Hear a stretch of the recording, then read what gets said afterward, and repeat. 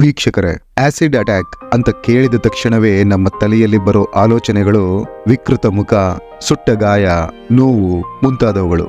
Acid survivors trust international survey ಪ್ರಕಾರ acid ದಾಳಿಗಳು ಭಾರತದಲ್ಲಿ ಬಹಳನೇ ಅಧಿಕ.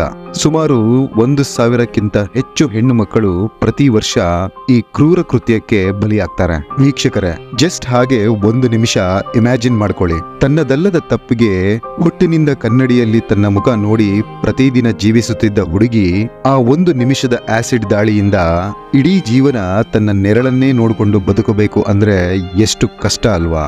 ಆಸಿಡ್ ದಾಳಿ ಮಹಿಳೆಯರ ಮೇಲಿನ ಅತ್ಯಂತ ವಿಕೃತ ಹಾಗೂ ದುಃಖಕರ ದಾಳಿಗಳಲ್ಲಿ ಒಂದು. ಅದು ಕೇವಲ ಮಹಿಳೆಯರ ಶರೀರದ ಮೇಲೆ ನಡೆಯೋ ದಾಳಿ ಅಲ್ಲ, ಜೊತೆಗೆ ಅವರನ್ನ ಮಾನಸಿಕವಾಗಿ ಕೂಡ ಕುಗ್ಗಿಸಿ ಬಿಡುತ್ತೆ. ಇದರ ಪರಿಣಾಮ ಅವರ ರೂಪದ ಮೇಲೆ, ಬದುಕಿನ ಮೇಲೆ, ಆಕೆಯ ವ್ಯಕ್ತಿತ್ವದ ಮೇಲೆ ಮಾತ್ರವಲ್ಲದೆ ಅವರ ಆತ್ಮವಿಶ್ವಾಸ ಮತ್ತು ಸಾಮಾಜಿಕ ಸ್ಥಿತಿಯನ್ನು ಸಹ ಹಾಳು ಮಾಡಿಬಿಡುತ್ತದೆ. ವೀಕ್ಷಕರೇ, ಹೇಳ್ತಾರಲ್ವಾ, ಯಾವುದೇ ಒಂದು ನಮ್ಮ ಅನುಭವಕ್ಕೆ ಬರದೆ ಅದರ ನೋವೇನು, ಕಷ್ಟಗಳೇನು, ಅದರ ಆಳ ಅಗಲ ಎಷ್ಟು ಅಂತ ನಮಗೆ ಗೊತ್ತಾಗಲ್ಲ ಅಂತ. ಅದು ಅಕ್ಷರಶಃ ಸತ್ಯ. ಈ ಟಾಪಿಕ್ ಬಗ್ಗೆ ಮಾತಾಡ್ತಾ ಹೋದ್ರೆ ಗಂಟೆಗಟ್ಟಲೆ ಹೇಳ್ತಾ ಹೋಗ್ಬೋದು. ಆದ್ರೆ ನಾವುಗಳು ಒಂದು ಲೈವ್ ಎಕ್ಸಾಂಪಲ್ ತಗೊಂಡು ಒಂದು ಕೇಸ್ ಸ್ಟಡಿಯ ಮೂಲಕ ಈ ವಿಷಯವನ್ನ ಡೀಟೇಲ್ ಆಗಿ ಡಿಕೋಡ್ ಮಾಡೋಣ. ಇವತ್ತಿನ ಸ್ಟೋರಿ ಮನುಕುಲವೇ ನಾಚಿ ನಿಂತ್ಕೊಳ್ಳೋ ಹೃದಯ ಕಲಕುವ ಕತೆ. ವೀಕ್ಷಕರೇ, ವೆಲ್ಕಮ್ ಟು ದ ಚಾನೆಲ್. ನೀವುಗಳು ಮೊದಲ ಬಾರಿ ನಮ್ಮ ಚಾನೆಲ್ಗೆ ಬಂದಿದ್ರೆ ದಯವಿಟ್ಟು ಸಬ್ಸ್ಕ್ರೈಬ್ ಮಾಡಿಕೊಂಡು ನೋಟಿಫಿಕೇಶನ್ ಬೆಲ್ನ ಆನ್ ಮಾಡಿ. ಹಾಗೆ ನಿಮ್ಮ ಅಮೂಲ್ಯವಾದ ಅಭಿಪ್ರಾಯಗಳನ್ನ ಕಾಮೆಂಟ್ ಸೆಕ್ಷನ್ ಅಲ್ಲಿ ತಿಳಿಸೋದಕ್ಕೆ ಮರಿಬೇಡಿ. ವೀಕ್ಷಕರೇ, ಈ ಫೋಟೋಸ್ ಗಳನ್ನ ಒಮ್ಮೆ ನೋಡಿ. ಈ ನಗುಮುಖದ ಹಿಂದೆ ಇರೋ ನೋವಿನ ಕಥೆಯನ್ನೇ ನಾವುಗಳು ಇವತ್ತು ಕೇಳ್ತಿರೋದು. ಈಕೆಯ ಹೆಸರು ರುಕೇಯಾ. ವಯಸ್ಸು ಸುಮಾರು 35 ವರ್ಷ. ರುಕೇಯಾ ದೆಹಲಿಯ ಆಗ್ರಾದಲ್ಲಿರೋ ಶಿರೋಸ್ ಹ್ಯಾಂಗ್ಔಟ್ ಕೆಫೆ ಎಂಬ ರೆಸ್ಟೋರೆಂಟ್ ನಲ್ಲಿ ಕೆಲಸ ಮಾಡ್ತಿದ್ದಾಳೆ. ರುಕೇಯಾಳ ಸ್ಟೋರಿಗೆ ಹೋಗೋಕೆ ಮುಂಚೆ ಈ ಶಿರೋಸ್ ರೆಸ್ಟೋರೆಂಟ್ ಬಗ್ಗೆ ಒಂದು ಸಣ್ಣ ಮಾಹಿತಿಯನ್ನ ತಿಳ್ಕೊಳ್ಳೋಣ. ಈ ಹೋಟೆಲ್ ಅಥವಾ ಕೆಫೆಯಲ್ಲಿ ಸುಮಾರು 15ರಿಂದ 20 ಮಹಿಳೆಯರು ಕೆಲಸ ಮಾಡ್ತಾರೆ.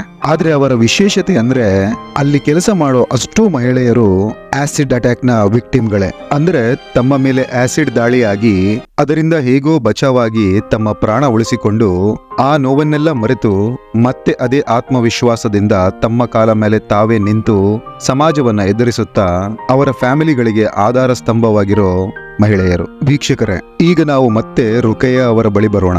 ಆಕೆಯ ಮೇಲೆ ನಡೆದ ಆಸಿಡ್ ದಾಳಿಯಿಂದ ಹೊರಬಂದು ತನ್ನ ಬದುಕಿನಲ್ಲಿ ಬಹಳನೇ ಮುಂದೆ ಬಂದಿದ್ದಾರೆ.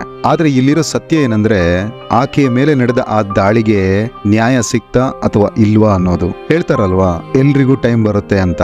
ಹಾಗೆ ರುಕೇಯರ ಬಾಳಲ್ಲೂ ಆ ಟೈಮ್ ಈಗ ಬಂದಿದೆ. ಅಂದ್ರೆ ಆಕೆಯ ಮೇಲೆ ಆಸಿಡ್ ದಾಳಿಯಾಗಿ 21 ವರ್ಷಗಳ ಬಳಿಕ ಆಕೆಗೆ ನನಗೂ ನ್ಯಾಯ ಸಿಗುತ್ತೆ ಅನ್ನೋ ಒಂದು ಸಣ್ಣ ಹೋಪ್ ಬಂದಂತಿದೆ.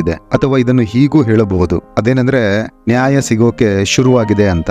ಉತ್ತರ ಪ್ರದೇಶದ ಅಲಿಗಢ್ ಪೊಲೀಸರು 21 ವರ್ಷಗಳ ಬಳಿಕ ರುಕೇಯಾಳ ಮೇಲೆ ಆಸಿಡ್ ಅಟ್ಯಾಕ್ ಮಾಡಿದ್ದ ಪಾಪಿಯನ್ನ ಕೊನೆಗೂ ಬಂಧಿಸಿದ್ದಾರೆ, ಜೈಲ್ಗೂ ಕಳುಹಿಸಿದ್ದಾರೆ. ಕೋರ್ಟ್ನಲ್ಲಿ ಶಿಕ್ಷೆ ಕೊಡಿಸೋ ಎಲ್ಲ ಪ್ರಕ್ರಿಯೆಗಳು ಶುರುವಾಗಿದೆ. ಆದ್ರೆ ನಿಮಗೂ ನನಗೂ ಹುಟ್ಟೋ ಕಾಮನ್ ಪ್ರಶ್ನೆ ಅಂದ್ರೆ, ಆಕೆಯ ಜೀವನವನ್ನ ಈ ರೀತಿ ಹಾಳು ಮಾಡಿದವನನ್ನ ಅರೆಸ್ಟ್ ಮಾಡಿ ಶಿಕ್ಷೆ ಕೊಡಿಸೋಕೆ ಯಾಕೆ 21 ವರ್ಷಗಳಾಯ್ತು? ಜೊತೆಗೆ 21 ವರ್ಷಗಳಾದ ಮೇಲೆ ಕೂಡ ಇದು ಹೇಗೆ ಸಾಧ್ಯವಾಯ್ತು ಅನ್ನೋದು. ಇದನ್ನು ತಿಳ್ಕೊಳ್ಳಕ್ಕೆ ನಾವುಗಳು ಈ ಸ್ಟೋರಿನ ಮೊದಲಿನಿಂದ ತಿಳಿಯೋದು ಅವಶ್ಯಕ. ಅಂದು ಡಿಸೆಂಬರ್ 6, 2022, ಶಿರೋಸ್ ಕೆಫೆ, ಆಗ್ರಾ, ಡೆಲ್ಲಿ. ಅವತ್ತಿನ ದಿನ ಆಗ್ರಾ ಝೋನ್ನ ಎಡಿಜಿ ರಾಜೀವ್ ಕೃಷ್ಣ ಶಿರೋಸ್ ಕೆಫೆಗೆ ನಾರ್ಮಲ್ ಆಗಿ ಬ್ರೇಕ್ಫಾಸ್ಟ್ ಮಾಡೋಕೆ ಅಂತ ಬರ್ತಾರೆ. ಅವರಿಗೆ ಅಲ್ಲಿ ಕೆಲಸ ಮಾಡ್ತಿದ್ದ ಆಸಿಡ್ ಅಟ್ಯಾಕ್ ಸರ್ವೈವರ್ಸ್ ಗಳನ್ನ ನೋಡಿ ಆಶ್ಚರ್ಯ ಆಗತ್ತೆ. ನಂತರ ಪ್ರತಿಯೊಬ್ಬ ಮಹಿಳೆಯರೊಂದಿಗೆ ಮಾತಾಡಿ ಅಲ್ಲಿಂದ ಹೊರಟು ಹೋಗ್ತಾರೆ. ನಂತರ ನೆಕ್ಸ್ಟ್ ಡೇ ಒಂದು ಟೀಮ್ ನ ಜೊತೆಗೆ ಶಿರೋಸ್ ಕೆಫೆಗೆ ಬರ್ತಾರೆ. ಅದರಲ್ಲಿ retired police commissioners, human right commissioner officers ಮುಂತಾದವರೊಂದಿಗೆ ಆ ಕೆಫೆಗೆ ಬಂದು ಪ್ರತಿಯೊಬ್ಬರನ್ನ ಕರೆದು ಅವರ ಸ್ಟೋರಿನ ಎಲ್ಲರ ಮುಂದೆ ಹೇಳಿಸ್ತಾರೆ. ಆಗ ಗೊತ್ತಾಗುತ್ತೆ, ರುಕೇಯಾ ಸೇರಿ ಮಧು ಹಾಗೆ ಮುಂತಾದವರು ತಮ್ಮ ಜೀವನದಲ್ಲಿ ನಡೆದ ಅನ್ಯಾಯಕ್ಕೆ ನ್ಯಾಯವೇ ಸಿಗದೆ ಹಂಬಲಿಸ್ತಾ ಇದ್ದಾರೆ ಅಂತ. ಅಲ್ಲಿದ್ದ ಪ್ರತಿಯೊಬ್ಬ ಹೆಣ್ಣು ಮಗಳ ಕತೆಗಳನ್ನ ಕೇಳಿ ಬಂದಿದ್ದಂತಹ ಅಷ್ಟು ಆಫೀಸರ್ಗಳ ಯೂನಿಫಾರ್ಮ್ ನ ಒಳಗಿದ್ದ ಒಬ್ಬ ಮನುಷ್ಯನನ್ನ ಜಾಗೃತಗೊಳಿಸಿತ್ತು. ತಕ್ಷಣ ಎಡಿಜಿ ರಾಜೀವ್ ಕೃಷ್ಣ ಆಗ್ರಾದ police commissioner doctor Pritinder Singh ರೊಂದಿಗೆ ಮಾತಾಡಿ ರುಕೇಯಾ ಸೇರಿದಂತೆ ಅಲ್ಲಿ ನ್ಯಾಯ ಸಿಗದೆ ಅನ್ಯಾಯನೇ ಅನುಭವಿಸುತ್ತಿದ್ದ ಎಲ್ಲರಿಗೂ ನ್ಯಾಯ ಕೊಡಿಸೋ ಪಣ ತೊಡ್ತಾರೆ. ನಂತರ ಅಲ್ಲಿದ್ದ ಎಲ್ಲಾ ಮಹಿಳೆಯರನ್ನ ಕಮಿಷನರ್ ಆಫೀಸ್ಗೆ ಕರೆಸಿ ಅವರ ಕತೆಗಳನ್ನ ಕೇಳಿ ಪ್ರತಿಯೊಂದು ಕೇಸನ್ನು ರಿಜಿಸ್ಟರ್ ಮಾಡಿಸ್ತಾರೆ. ಮೊದಲ ಬಾರಿ ಆ ಹೆಣ್ಣು ಮಕ್ಕಳು ತಮ್ಮನ್ನ ಈ ಸ್ಥಿತಿಗೆ ತಂದೋರ ಮೇಲೆ FIR ರಿಜಿಸ್ಟರ್ ಮಾಡಿಸಿದ್ರು. ರುಕೇಯಳ ಸ್ಟೋರಿ ಕೇಳಿದ ಪ್ರತಿ ಆಫೀಸರ್ಗಳ ಕಣ್ಣಲ್ಲೂ ನೀರು ತುಂಬಿತ್ತು. ವೀಕ್ಷಕರೇ, ಆ ಸ್ಟೋರಿನ ನೀವುಗಳು ಕೂಡ ಕೇಳಬೇಕು. ರುಕೇಯ ಹೇಳ್ತಾರೆ, ಅವತ್ತು ಸೆಪ್ಟೆಂಬರ್ 7, 2002 ಆ ದಿನವನ್ನ ನಾನು ಸಾಯೋವರೆಗೂ ಮರೆಯೋಕ್ಕಾಗಲ್ಲ. ಯಾಕೆಂದ್ರೆ ಅಂದಿನಿಂದಲೇ ನನ್ನ ಬದುಕಲ್ಲಿ ಅಮಾವಾಸ್ಯೆಯ ಕತ್ತಲು ಆವರಿಸಿದ್ದು. ನನ್ನನ್ನ ಹೀಗೆ ಈ ಸ್ಥಿತಿಗೆ ತಂದವನು ಬೇರೆ ಯಾರೂ ಅಲ್ಲ, ನನ್ನ ಸ್ವಂತ ಅಕ್ಕನ ಗಂಡನ ತಮ್ಮ. ಆತ ನನ್ನನ್ನ ಮದುವೆ ಮಾಡ್ಕೋಬೇಕು ಎಂಬ ಹಠಕ್ಕೆ ಬಿದ್ದಿದ್ದ. ಆ ಟೈಮ್ನಲ್ಲಿ ನನಗೆ ಕೇವಲ 14 ವರ್ಷ ವಯಸ್ಸು. ನಾನಿನ್ನು ಮೈನರ್ ಆಗಿದ್ದೆ. ನನಗೆ ಓದೋದರ ಮೇಲೆ ತುಂಬಾನೇ ಆಸಕ್ತಿ. ಚೆನ್ನಾಗಿ ಓದಿ ದೊಡ್ಡ ಆಫೀಸರ್ ಆಗ್ಬೇಕು ಅನ್ನೋದು ನನ್ನ ಕನಸಾಗಿತ್ತು. ನಾವುಗಳು ಬಹಳನೇ ಲೋವರ್ ಮಿಡಲ್ ಕ್ಲಾಸ್ ಫ್ಯಾಮಿಲಿಯಿಂದ ಬಂದವರು.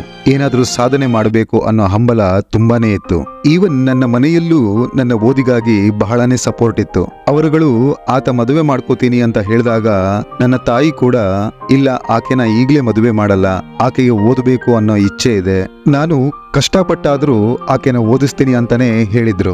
ಆ ದಿನ ಅಂದ್ರೆ ಸೆಪ್ಟೆಂಬರ್ 7, 2002 ದಿನ ನಾನು ಮತ್ತು ನನ್ನ ಅಮ್ಮ ನಮ್ಮ ಅಕ್ಕನ ಮನೆಗೆ ಹೋಗಿದ್ವಿ. ಅವರ ಮನೆ ಉತ್ತರ ಪ್ರದೇಶದ ಅಲಿಗಢ್ನಲ್ಲಿದೆ. ಆ ಟೈಮ್ನಲ್ಲಿ ನನ್ನ ಅಕ್ಕನಿಗೆ ಗರ್ಭಪಾತವಾಗಿತ್ತು. ಅವರನ್ನ ನೋಡ್ಕೊಳ್ಳೋಕೆ ಅಂತ ನಾನು ಮತ್ತು ಅಮ್ಮ ಅವರ ಮನೆಗೆ ಹೋಗಿದ್ವಿ. ಅಂದು ಸಂಜೆ ಮತ್ತೆ ಆ ವ್ಯಕ್ತಿ ನಮ್ಮ ಅಮ್ಮನ ಮುಂದೆ ಮದುವೆ ಪ್ರಸ್ತಾವನೆ ಮಾಡ್ದ. ಆದ್ರೆ ನಮ್ಮ ಅಮ್ಮ ಅದಕ್ಕೆ ಬಿಲ್ಕುಲ್ ಇಲ್ಲ ಅಂದ್ಬಿಟ್ರು. ನನಗೂ ಆತನನ್ನ ಕಂಡ್ರೆ ಹಿಡಿಸ್ತಿರ್ಲಿಲ್ಲ. ಆಗ ಆತನಿಗೂ ವಯಸ್ಸು ಸುಮಾರು 24 ವರ್ಷ. ಯಾವಾಗ ನಾನು ಮತ್ತು ನನ್ನ ಅಮ್ಮ ಈ ಮದುವೆಗೆ ಸಮ್ಮತಿ ಇಲ್ಲ ಅಂದ್ವೋ ಅಷ್ಟೇ, ಇದೊಂದು ಮಾತು ನನ್ನ ಜೀವನವನ್ನೇ ಸರ್ವನಾಶ ಮಾಡಿ ಹಾಕ್ತು. ಸಂಜೆಯ ಸಮಯ ಅಂದ್ರೆ ಸುಮಾರು 6:30ರಿಂದ 7 ಗಂಟೆ ಇರಬಹುದು.